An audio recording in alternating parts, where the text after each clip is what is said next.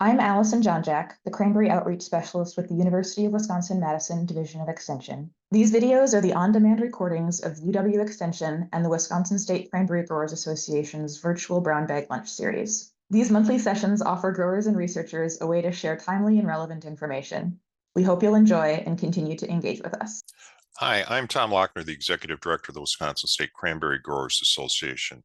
We're excited to be a partner with Extension to bring you research-backed resources, tools, and tips to keep Wisconsin marshes productive and profitable. If you've got questions, feel free to either unmute yourself and ask them directly or to type them into the chat. We got questions with the presenters over the course of the presentation, and there's also 10 minutes for questions at the end. We use the chat, and feel free to ask questions and answer them if you have answers as well. And that's kind of the basic housekeeping. That'll be our final piece of housekeeping. We're going to have today Jed, mostly Jed, focus on weeds and pre-harvest intervals. Amaya Atucha is going to cover water content and soil moisture.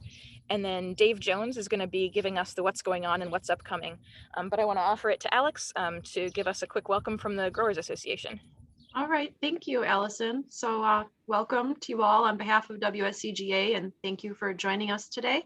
Tom is out on vacation, so I will be filling in for him today. I know we're all looking forward to another great brown bag lineup, and I think today's content is going to be great with your current activities on the marsh. And I'd like to also thank Allison for her help in planning out these brown bags and then all the work she does behind the scenes to coordinate and run these sessions. It's been wonderful. And today is our final session of our growing season brown bags. We do have our mini clinics coming up next month during our field day on August 11th. And again, Allison is working hard behind the scenes. She's organizing a marsh tour at Whittlesey Cranberry and our lineup of speakers for the mini clinics. I can put a link in the chat for the notice that includes all the information about the field day and the registration form if you want to join us for the lunch. And coming up here in September and October, we'll be taking a break from these mini clinics for the harvest season. And we'll be back in November and December, and Allison will give a preview of those brown bags later in the meeting. The last item I have for today is a feedback survey that we would like you to take on these brown bag seminars. We'll put the link in the chat, and we'd love your input on what you like about these brown bags, what improvements, if any, you would suggest, and what topics you'd like to see in future sessions. And we will do a random drawing of the responses for one of our Wisconsin Cranberries hats. So you'll have the opportunity to either leave your response anonymous if you'd like, or you can enter in your name if you want to be in the drawing for the hat. So that's everything I have today, Allison. Awesome, thank you, Alex. And thanks as always to the Growers Association for helping us coordinate these, to the Education Committee for helping us kind of suss out what makes good topics for what times of year, and to all of you for joining us. So feel free to, again, ask questions. Well, I was asked to talk a little bit about irrigation and soil water content. So I just put up a couple of slides with some information and just some reminders of what are the things that we learned over the years with a lot of the research that has been done with irrigation practices. So we did have, kind of like a really dry period at the very beginning of the spring, and I think probably that's where a lot of these questions came about. But now we're seeing a lot of precipitation. That's just our normal season here. But I think it's always good to have a little bit of a reminder of what we know about how cranberry vines react to soil moisture content, and what is it that they like, and what is the preferred range of soil moisture to have consistent high yields and high fruit quality. So some general recommendations. First of all, cranberries are very sensitive to wet soil conditions. They actually don't like really high moisture content in the soil. So when we think about wild cranberries, we always associated them with, natural bogs and a lot of water. But the reality is that for production purposes, high water content reduces photosynthetic capacity of the vine. So if we have beds that are very wet, what you're going to end up having is that those vines are going to produce less photosynthesis in the reproductive structures. The reproductive structures, the uprights that are producing fruit, they have the highest rate of photosynthesis at drier conditions than those that are vegetative. So that means that when you have high soil water potential during the growing season, you have a really wet soil, you're going to end up affecting flower induction. You're going to favor vegetative growth more vigor if you have a bed that tends to be very wet. And this is actually out of some research done in Canada that they show that, as I was saying, the vegetative uprights that don't have any flowers or are not bearing any fruit will produce their maximum level of photosynthesis when the soil is wetter than those that will carry flowers the following year. And if you have during the period of flower induction, and I'm talking especially about this period because we're right there. We're in the process where those buds are being set and they're being used for the following year. So too much water will affect flower induction, but also if you have very dry soil, which is not our case almost ever, that could also potentially affect. I think we are more into the area that we have excessive moisture, especially when we are irrigating a lot for evaporated cooling and just trying to cool those vines. So be careful with too much water. It's not necessarily good for production and for flower induction. Then the other point that I wanted to make is that a monitor soil water potential is really key to be able to ensure the high yield, bigger fruit size, and flower formation for the following year.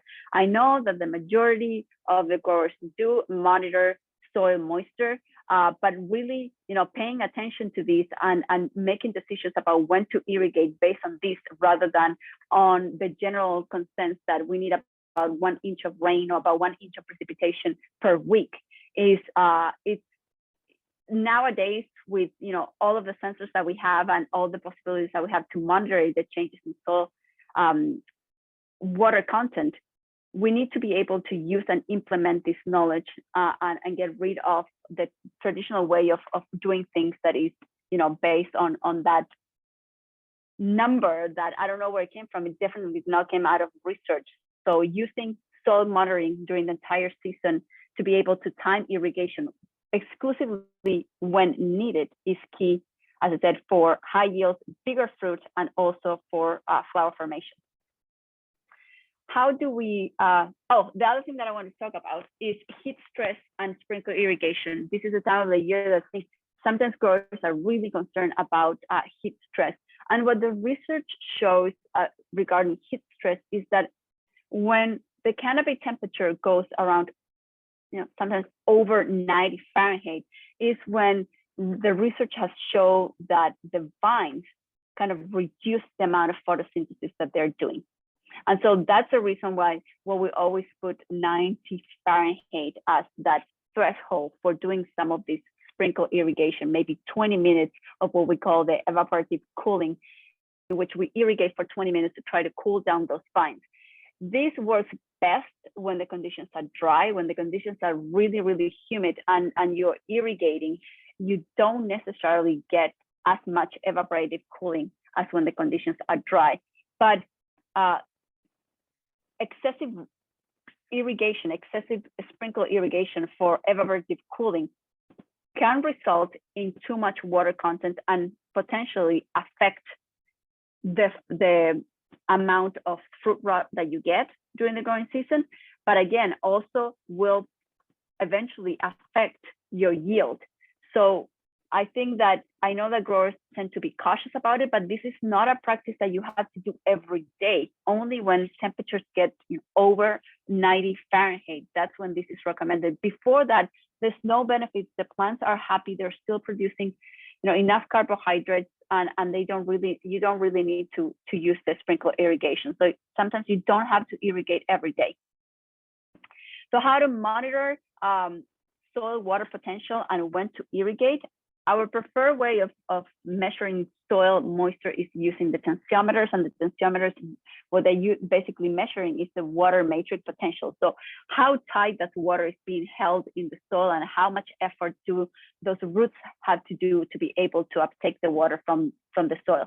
There are other devices to measure soil water content. Volumetric probes are also used. The reason why the tensiometers are preferred is that you need to calibrate the other equipment. So if you're having a volumetric, it tells you what's the volume of water left in the soil. It needs to be calibrated because different types of soil will be able to hold different amount of water. And the tensiometer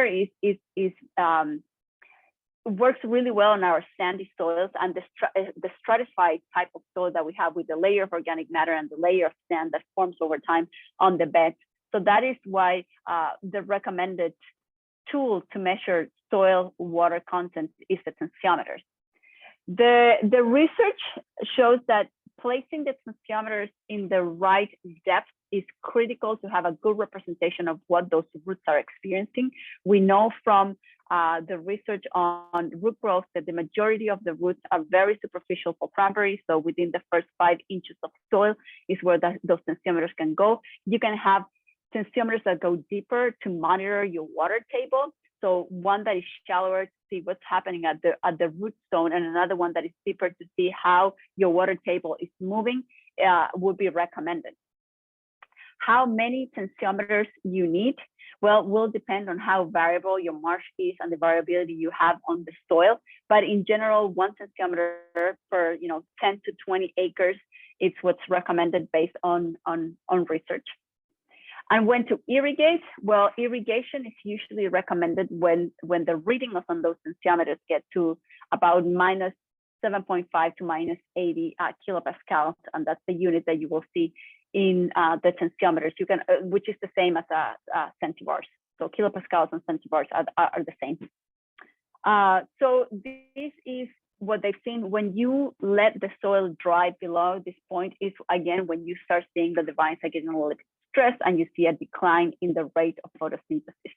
And this is particularly true during the time of fruit set, when those we're asking so much from those vines. We have the flowers, we're trying to set the fruit, we're also growing vegetatively, we're starting to grow in roots. So any stress during that time will affect fruit set and bud development for the following year.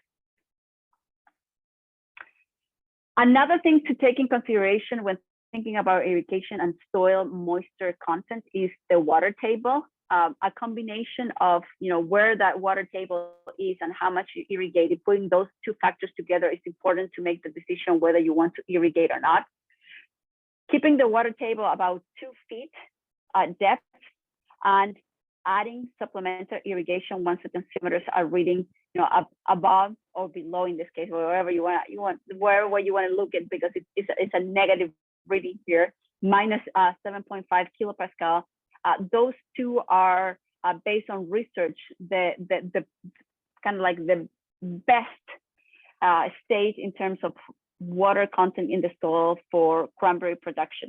So the combination of those 2 factors will make you decide whether you want to irrigate or not. So there's no need for calendar irrigation. That's why I want to say we have these tools, we can monitor these, and cranberries are very sensitive to high moisture in the soil. So it can be detrimental if you're irrigating every day without really monitoring what's happening in the soil.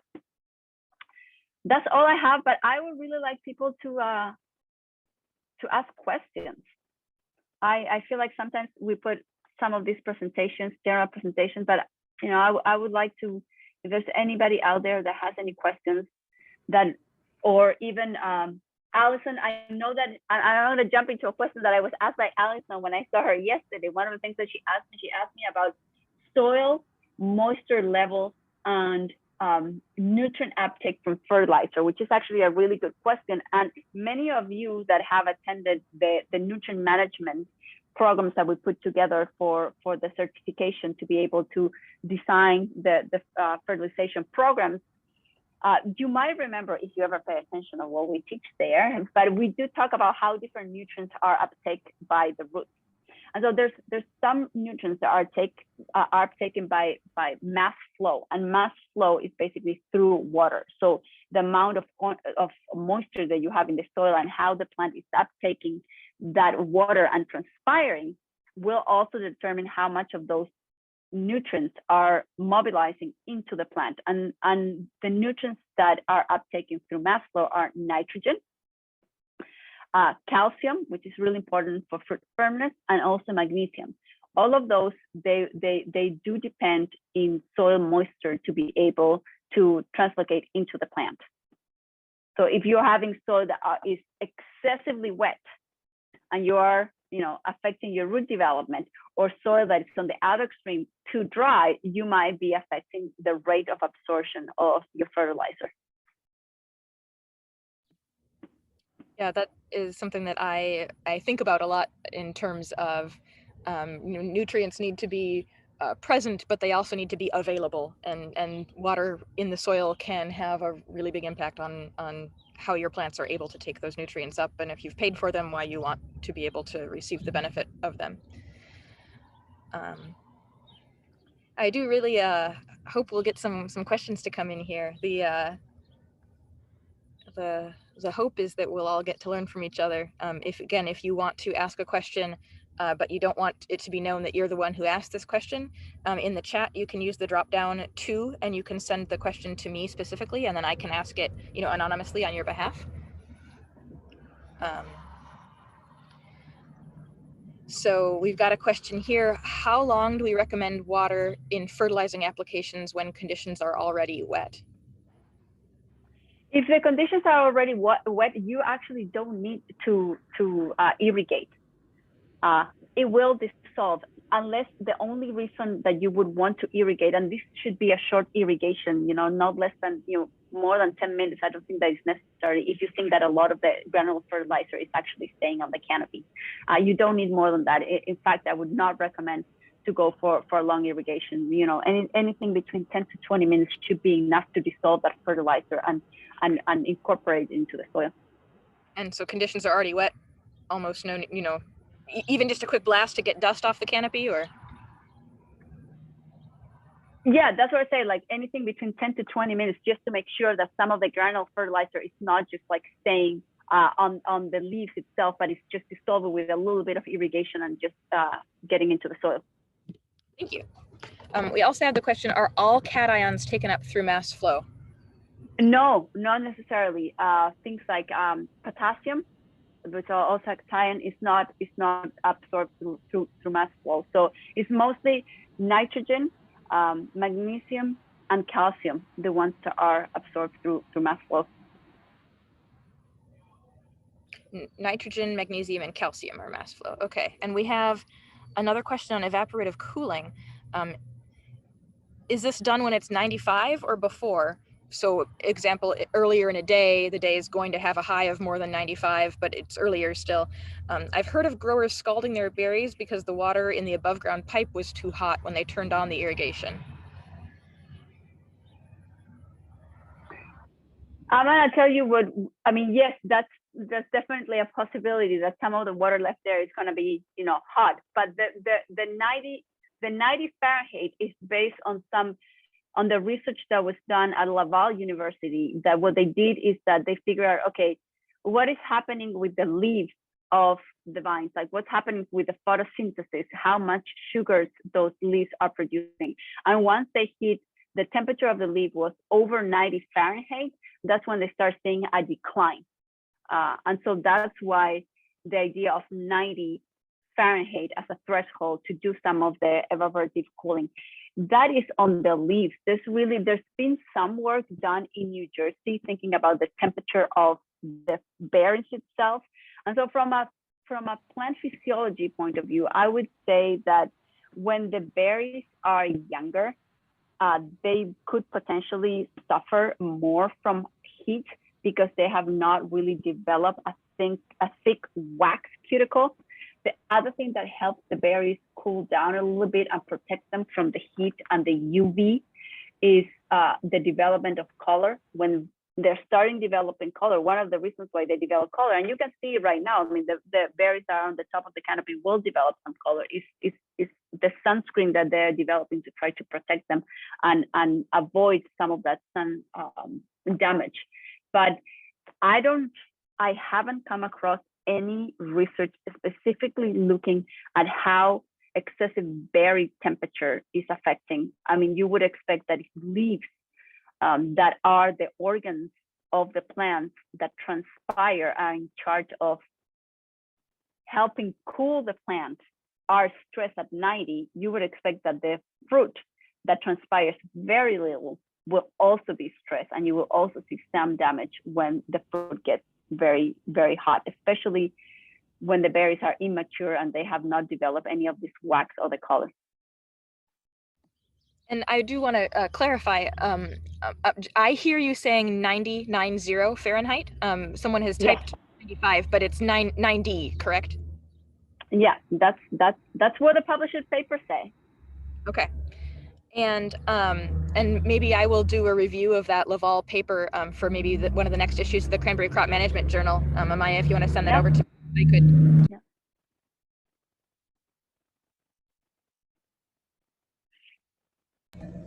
The next question is whether, Amaya, do you recommend foliar nitrogen?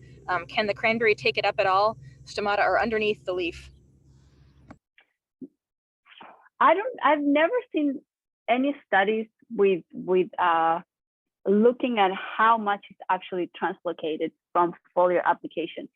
But just looking at the type of leaves that cranberries have, especially when you have like really like the older leaves that develop a lot of wax, it's very, very, very tough to try to get some of that foliar nutrients to penetrate those leaves. So I don't think that is something that I would recommend. I think that if you have a need for nitrogen, immediate need for nitrogen, research has shown that if you apply granular fertilizer to the soil during the growing season, it's uptaken really fast. And so within 24 hours, you will have that nitrogen inside the plant. So I don't really see the need for doing a foliar application of nitrogen. Now, there might be a need for other nutrients that are less available in the soil, but we haven't done the research. So things like, for example, calcium, that we know is very difficult to get calcium uptake, not only on cranberries, on many of the fruit crops. And we know that is key for fruit firmness. Well, that might be an opportunity. Maybe that's one of the nutrients that, because we have a hard time getting any uptake from the roots, we could consider potentially do a foliar application, but we would encounter the same problems. Like, how do we get that to pass that barrier of the waxes? And so I would say that for nitrogen, I would not recommend any foliar application unless, you know, it's a massive nutrient deficiency. And even then I would start by doing a regular application of granular fertilizer before thinking about foliar. The next question is, what are the main decision factors for knowing when to stop fertilizing? When everything's set versus pinheads or buds? Yeah, I think that one of the decisions to when to stop fertilizing is when you start seeing that, you know, that buds are setting. You don't want to continue seeing new leaves develop after fruit has been set. I think that all of that is excessive growth that the plant doesn't need anymore. So that would be one indication. Then, you know, you're also going to see that around that time, if you don't see that bud setting, when the fruit is, when you see fruit set, so the fruit are maybe the size of between, you know, I don't know, a little bit more than a pinhead and a pea size. If by that time you don't have the stop of the growth of the upright, there's no bud they are forming, if those uprights are going to continue growing, you're going to miss the window of flower induction. And so next year, you're going to have a vegetative upright. You won't have any flowers.